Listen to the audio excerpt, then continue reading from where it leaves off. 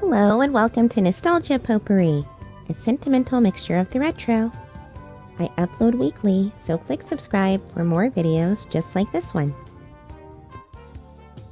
In today's episode, let's find out how a Burger King commercial, a writer's obsession with classic Hollywood, and a husband and wife acting duo led to a hit TV show sitcom about an interracial family. So NBC had Different Strokes, a TV sitcom about a wealthy white widower and his daughter who adopt two cute African-American brothers. Hijinks ensue, laughs and ratings all around. Different Strokes first aired in 1978 and was still going strong when ABC first aired their flavor of the same premise. A wealthy white family adopts a cute little African-American child. For ABC's version, they named the show after the main character and called it Webster.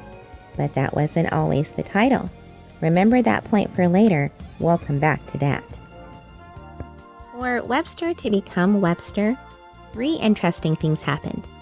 Adorable 5-year-old Emmanuel Lewis starred in a Burger King commercial that was aired nationwide. Married actors Susan Clarke and Alex Karras decided to form their own production company, and screenwriter Stu Silver had an idea. Stu Silver had written for television for years. His writing credits already included Soap, Bosom Buddies, and Benson, all very well-known and liked series. But he wanted to write a script that would feature a couple with great on-screen chemistry. See, he loved the banter between Spencer Tracy and Katharine Hepburn, especially in Woman of the Year, and he wanted to recreate that feel with a modern couple on a TV sitcom. He wrote the show and waited for just the right couple to fill the roles. After Susan Clarke and Alex Karras were married, they decided to form their own production company. Soon thereafter, the television network giant ABC approached the fledgling company to see if they were interested in collaborating on a new series. It was agreed that Clarke and Karras would star in a romantic comedy. Their show, titled Another Ball Game, was about an ex-football star who meets a wealthy socialite on a cruise, and a couple of weeks later, they're married. During this time, an ABC executive saw child actor Emmanuel Lewis in that Burger King commercial and loved him. He immediately pictured the adorably small actor in his own series. He wanted to rush Lewis into the upcoming fall season lineup before Lewis grew, but unfortunately there just wasn't room for another new series that close to the start of the fall schedule.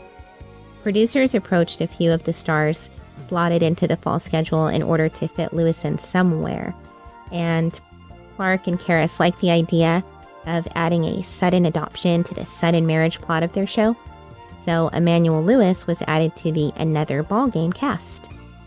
The show was renamed Then Came You, a phrase you can hear repeated throughout the lyrics of the show's theme song. The series would maintain the original idea: man and woman from 2 different worlds meet and fall in love, marry quickly, but now the man's former teammate and his wife are tragically killed in an accident.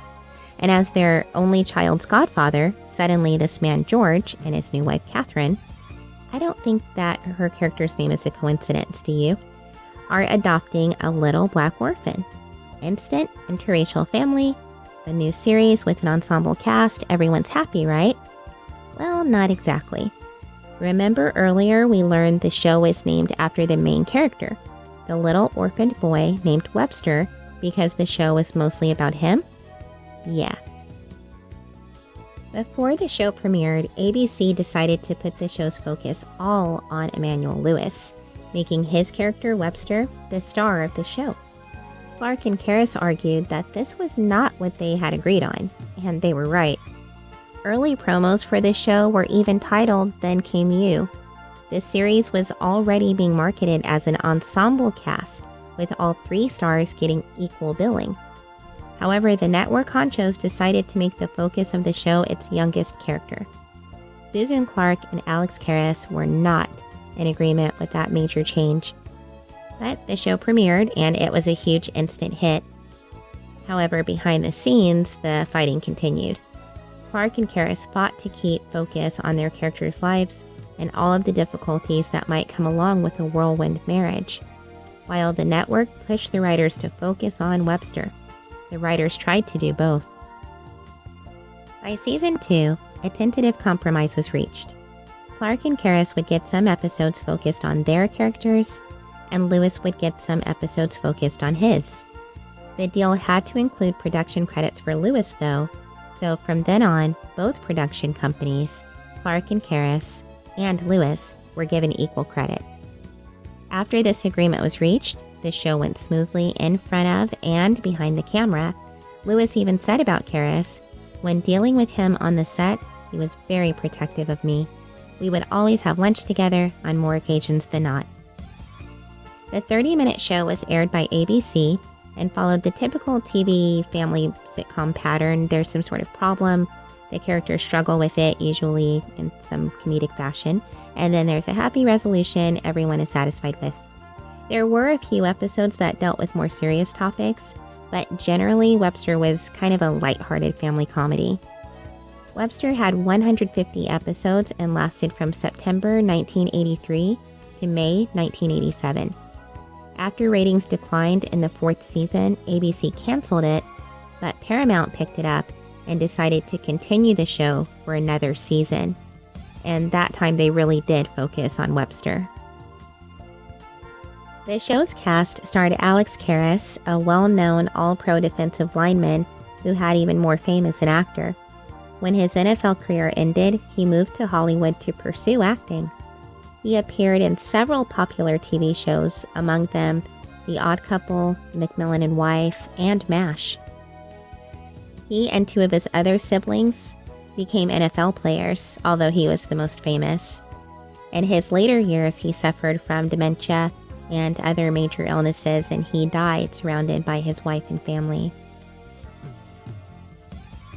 Susan Clarke was born in Canada and starred opposite several huge Hollywood stars, including Clint Eastwood, Gene Hackman, Dean Martin, and Robert Redford, among others. She met Alex Karras on the set of a movie she was starring in that she won an Emmy for. It was a biographical film about the athlete Babe Zaharias. She and Karras played a married couple in that film, and I found it so interesting too that in so many of the movies that she was in over the years, she played a sex symbol. But in Webster, she was this wholesome TV mom, and she did such an awesome job at it. Emmanuel Lewis starred in more commercials as a child than I could count. He started acting after a family friend suggested Lewis's mother take him to a talent agency. He was immediately a sought-after child actor, known for his tiny stature and his adorable giggle. Doctors never found a reason for his stature, but he seems to have taken his height and forever young appearance in stride. He's made comments like, "I'm short, okay." He also said that he didn't spend a lot of time wondering why he didn't grow taller as he grew up. It was just part of his life. Today, he is an entrepreneur and occasionally still works in the entertainment industry.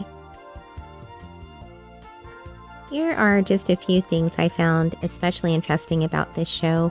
Emmanuel Lewis was 12 years old when he started acting on Webster. I didn't know that. That makes it all the more impressive to me to think of this preteen boy portraying a 6-year-old so successfully. He really fooled me. I had no idea. In Japan, he's a huge star, and he's also known as a singer there. He's actually released 2 singles that were very popular. Emmanuel Lewis' close friendship with Michael Jackson is also interesting. It was very well known and well documented. They were photographed together hundreds of times throughout the years. Something else interesting, Susan Clarke's real name is Nora, and she was probably the most prolific actor on the show. She was in dozens and dozens of movies, and she also starred in theater. Alex Karras and Susan Clarke seemed to raise their daughter out of the spotlight, and Emmanuel Lewis has said that his mom and family were always with him throughout his career. This seems to be a rare occurrence in Hollywood, I know we seem to focus on the broken families of celebrities, but I think the long-lasting marriages and supportive families should be given just as much attention. Emmanuel Lewis is another child star that went on to have a relatively normal life. He graduated from college, he built a career beyond Hollywood, and seems to be happy. This show could have ended in disaster, but the Webster cast worked together to create a fun TV family legacy that would last well beyond what they ever could have imagined. This has been Nostalgia Potpourri. Thank you so much for watching. If you like this episode, please show me by clicking like and pass it on to someone else who will enjoy it. As always, thank you for spending a little time traveling down memory lane with me.